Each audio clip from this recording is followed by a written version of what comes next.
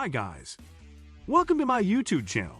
So before we get started, make sure to hit that like button. Also subscribe to my channel. In this video, we will talk about 10 fascinating ancient Egyptian mythological creatures. So make sure to watch the full video. The powerful Egyptian gods and goddesses. Ancient Egyptian mythology was influenced by the natural surroundings and weather that affected Egypt itself. For example, the cyclic pattern of the sun and the seasonal pattern of Nile floods that enriched the soil played crucial roles in denoting the water and the sun as primary symbols of life, as can be discerned from the importance of Ra. Furthermore, the very core of the ancient Egyptian civilization, the fertile Nile Delta, was surrounded by arid lands and deserts, populated by fringe groups of raiders and nomads. Thus, themes of order, embodied by Egypt, and chaos, embodied by the outer realms, also played their dual role in shaping the narrative of various mythological creatures and Egyptian monsters we will discuss in the article. So without further ado, let us take a gander at 10 incredible ancient Egyptian mythical creatures you should know about. 1. Abtu and Anat. In ancient Egyptian mythology, Abtu and Anat were fascinating fishes. They guided the royal solar barge of none other than the sun god Ra, the supreme deity in the classical Egyptian pantheon. In a sense, these life-sized fishes were tasked with reconnaissance and protection of the barge during Ra's journey through the dark, primordial waters of Nun onto sunrise. Ancient Egyptians believed that Ra, as the powerful Egyptian sun god, had to battle the demon serpent Apep, discussed later in the article, every day for the sun to rise, thus signifying the cyclic victory of light over darkness. And in this daily quest, the fish Abtu and Anat swam in front of the barge to guide Ra. 2. Ammit. Ammit, also known as Ammit, ominously translating to devourer of dead or soul eater, was an underworld-dwelling fearsome beast who personified divine retribution in ancient Egyptian religion. Often evoked in feminine form, she was primarily associated with the judgment of souls after physical death. As depicted in the Book of the Dead, Ammit had bizarre composite anatomy of a crocodile head, front legs of a lion, and rear end a hippopotamus. According to the mythical narrative, the Egyptian god Anubis weighed the heart of the dead person against a feather of Mahat, the embodiment of truth, and if the heart was heavier, signifying sin, it was unceremoniously devoured by Ammit, thus cursing the empty souls to roam aimlessly in limbo, instead of otherworldly bliss. So, in essence, Ammit was not worshipped like other gods. Rather, as one of the vicious mythical creatures, she summed up the collective fear of ancient Egyptians that pertained to second death. 3. Apep or Apophis. Apep, also known as Apep or Apophis, was regarded as the very antithesis of the Egyptian gods. Simply put, while the Egyptian gods and goddesses were mostly venerated as forces of order and light, Apep was considered the sinister embodiment of chaos and disorder, and as such, it was described as a giant mythological snake or serpent, sometimes also depicted as a crocodile, who battled Ra every night during the sun god's journey toward sunrise. And since such ambushes and attacks were made under the cover of darkness, Apep was usually perceived as a demon snake who came from beyond the ordered cosmos, possibly the underworld. In spite of such seemingly negative attributes, the name of Apep was honored during the 14th dynasty, circa 1725 to 1650 BC. But the more deadly aspects of the demon snake Apep had to do with the later reimagining and elaboration of the Apep myth during the New Kingdom period, circa 16th, 11th century BC, wherein the huge snake was presented more as the dark adversary to Bright Ray. 4. Baby. Baby was technically considered one of the very ancient Egyptian gods, but his attributes are more akin to the demonic deities we have discussed before. In that regard, many researchers have considered Baby, translating to Bull of the Baboons or Chief of the Baboons, as the very deification of the Hamadryas baboon in ancient Egypt.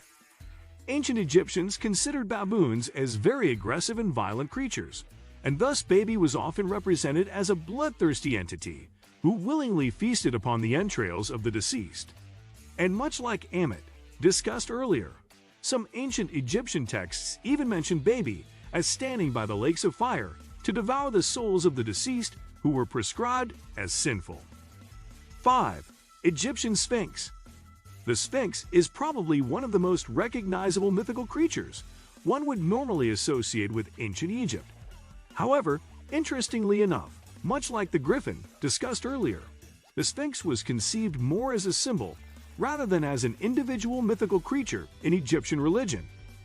In fact, the oldest known depiction of the Sphinx pertains to the famed Great Sphinx of Giza, which still remains the world's largest monolithic statue and also our planet's oldest known monumental sculptural piece. In that regard, the Egyptian sphinxes were usually portrayed with the body of a lion and the head of a human, falcon, or ram. These hybrid mythological creatures were placed as protectors of sanctuaries and pyramids, thus symbolically representing the divine power of both the pharaoh and Re. 6. Khepri, connected to the scarab beetle or dung beetle. Khepri was one of the rare Egyptian mythical creatures who was usually depicted as a human body with a beetle head in ancient Egyptian funerary papyri. There was a symbolic side to the whole affair of Khepri worship, with the entity alluding to the divine forces that move the sun across the sky. The connection was derived from the action of scarab beetle rolling balls of dung across the rigorous desert surface, while the young beetles emerged from inside the dung, from the eggs laid by the parent. This is in fact related to the Egyptian word kipper, which roughly translates to change or to create. In any case, Khepri was also considered subordinate to the more exalted sun god Re, which on occasion also translated to Khepri as one of the aspects of Ra. For example, Khepri was perceived as the personification of the morning sun, while Re was seen as the more effulgent midday sun. 7. Serpapard. Serpapard, as a term, is a modern portmanteau of the words serpent and leopard. However, it refers to one of the unique mythological creatures of ancient Egypt, having the body of a leopard, the long neck of a serpent, and a head of a feline or a serpent. Now, in terms of history, researchers have still not found the ancient term for these Egyptian monsters.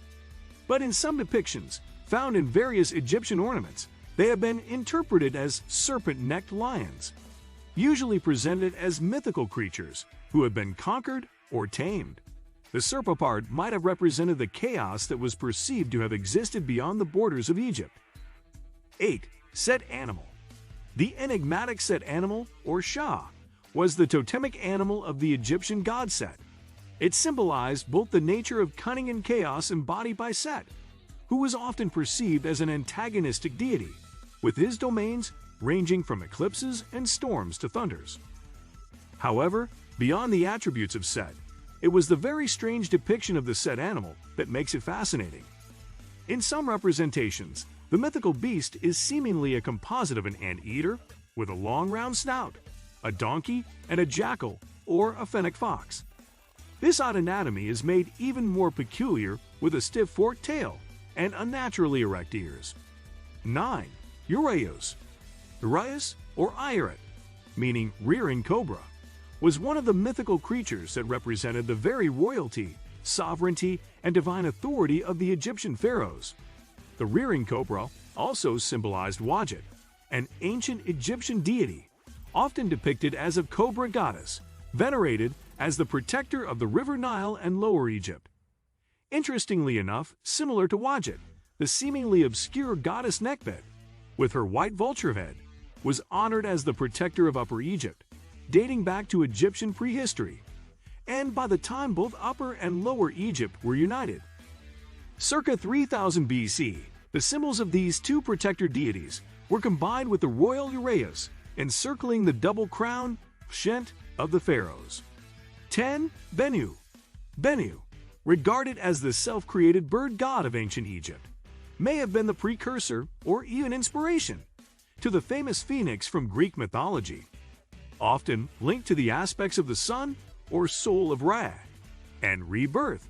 Bennu, in Egyptian mythology, was said to have called for the very scope of creation. To that end, in one of the creation myths from Heliopolis, a present-day suburb of Cairo. Bennu is said to have crossed the dark watery mass of Nun before the existence of the world, and serenely made a call that powered creation. In another legend, Bennu represented the very soul of Ra, and together with Atum, the first Egyptian god, this incredible life force created the world. However, the most intriguing aspect of Bennu relates to rebirth. To that end, the very word Bennu is derived from to rise, or to shine, in Egyptian, verb 1. And thus, Bennu was believed to have rebirthed or renewed itself, like the sun or even like the mythical phoenix. This process of death and rebirth also bears similarity to the Osiris myth, where the god Osiris, father of god Horus, is resurrected as the lord of the underworld. What do you think of our video? Let me know in the comment section below. If you enjoyed this video, make sure to hit that like button. Also, subscribe to our channel before you go. Thank you for watching.